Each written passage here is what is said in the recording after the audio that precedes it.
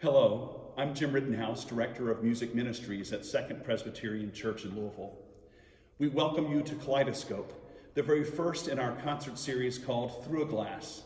We're excited to be able to connect you with the vast library of great instrumental and vocal music.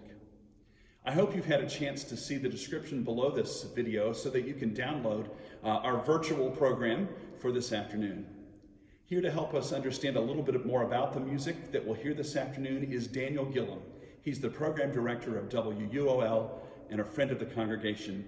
He certainly is a great voice for the arts here in Louisville. We look forward to hearing from you, Daniel. Thank you. Thanks, Jim. Strange days. With everything being virtual, social media that is easy to disparage now connects us in some weird way. So thanks for joining us virtually for this concert.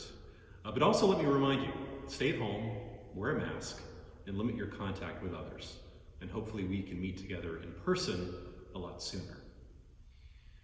I'm not sure I'll provide any deep insight, but hopefully some light context to some of the music you're about to hear on this program online. Robert and Clara Schumann's marriage would have been really good gossip fodder in 2020. When the two were in their early to mid-20s, after having been in love, they decided to get married, of course.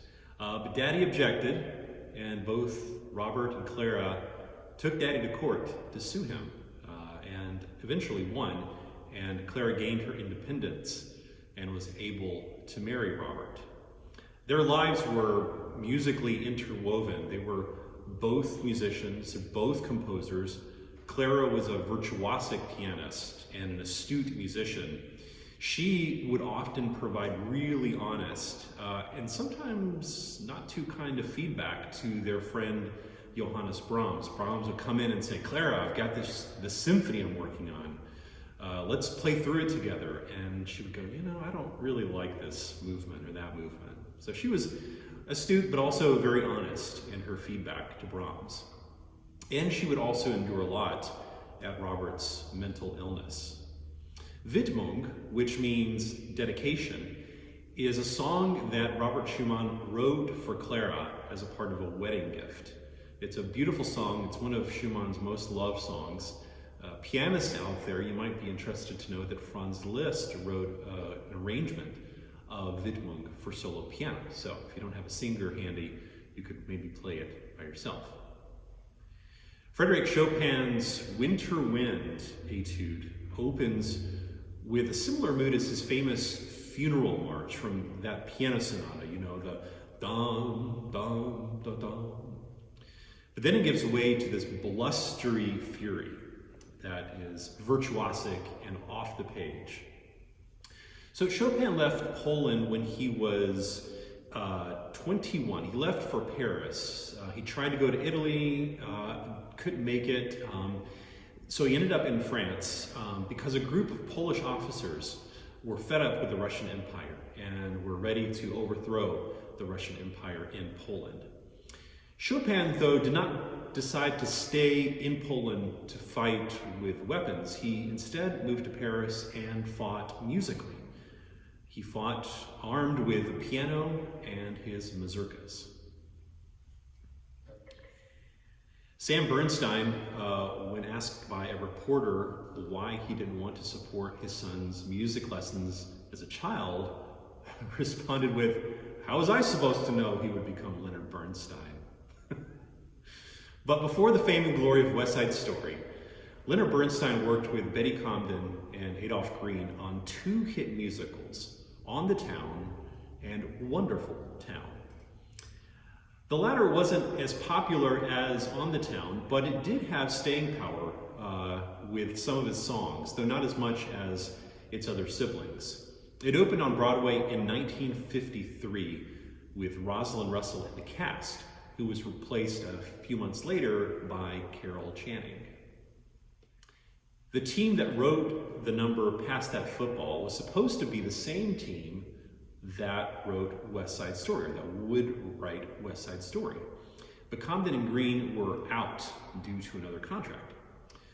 So at a party of Arthur Lawrence, where else, a young up-and-coming man named Stephen Sondheim thought he might be a good fit for Lawrence and Bernstein's new hit that he was hearing about.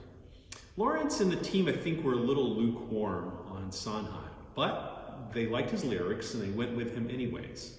And the rest, they say, is history. Sondheim himself, not to be second-billed, would go on to have a pretty decent career himself.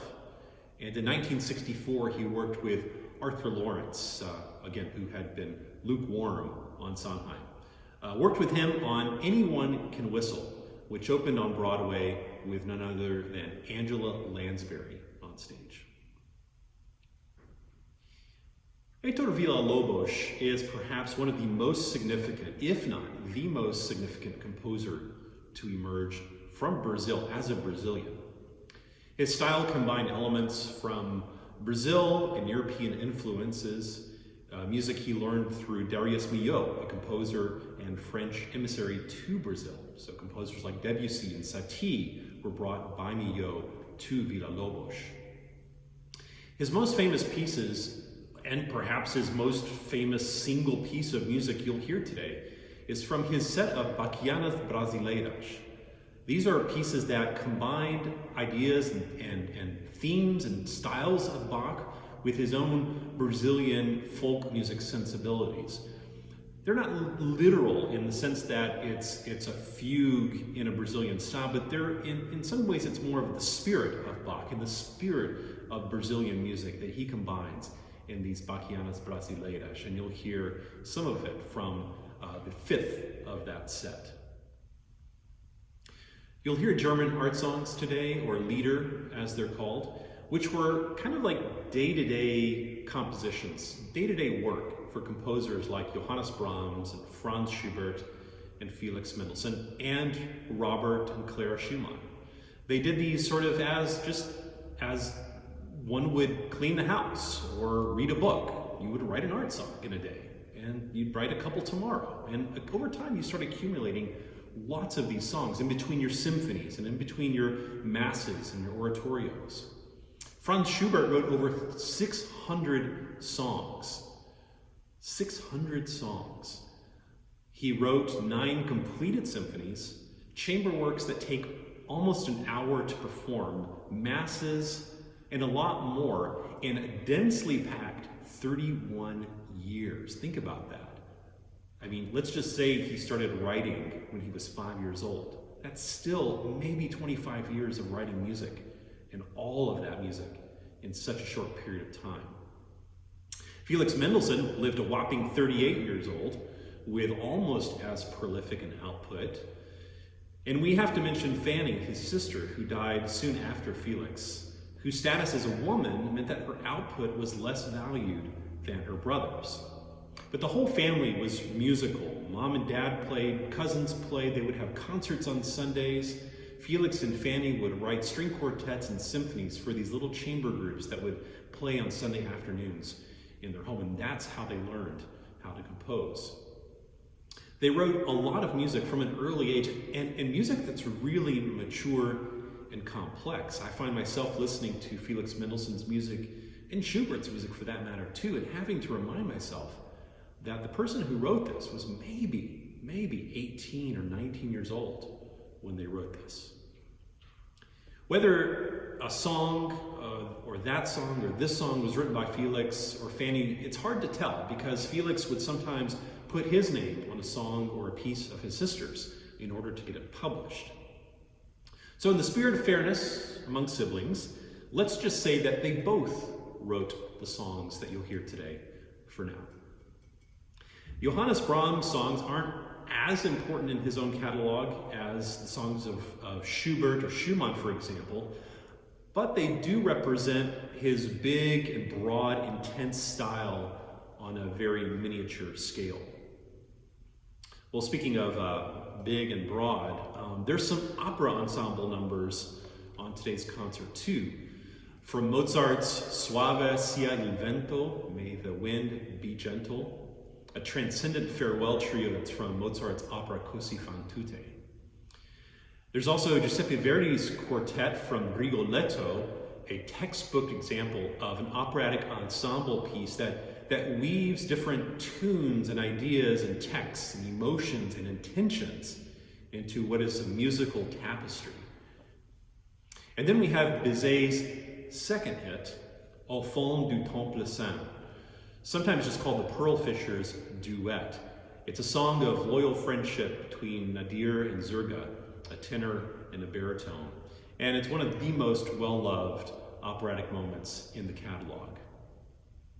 And today you'll hear a lot more from Broadway, ensemble numbers and solos from Mindy Dickstein and Jason Howland, Adam Gutall and Jimmy Van Huysen and Johnny Burke, and a couple guys that go by the name Rogers and Hammerstein.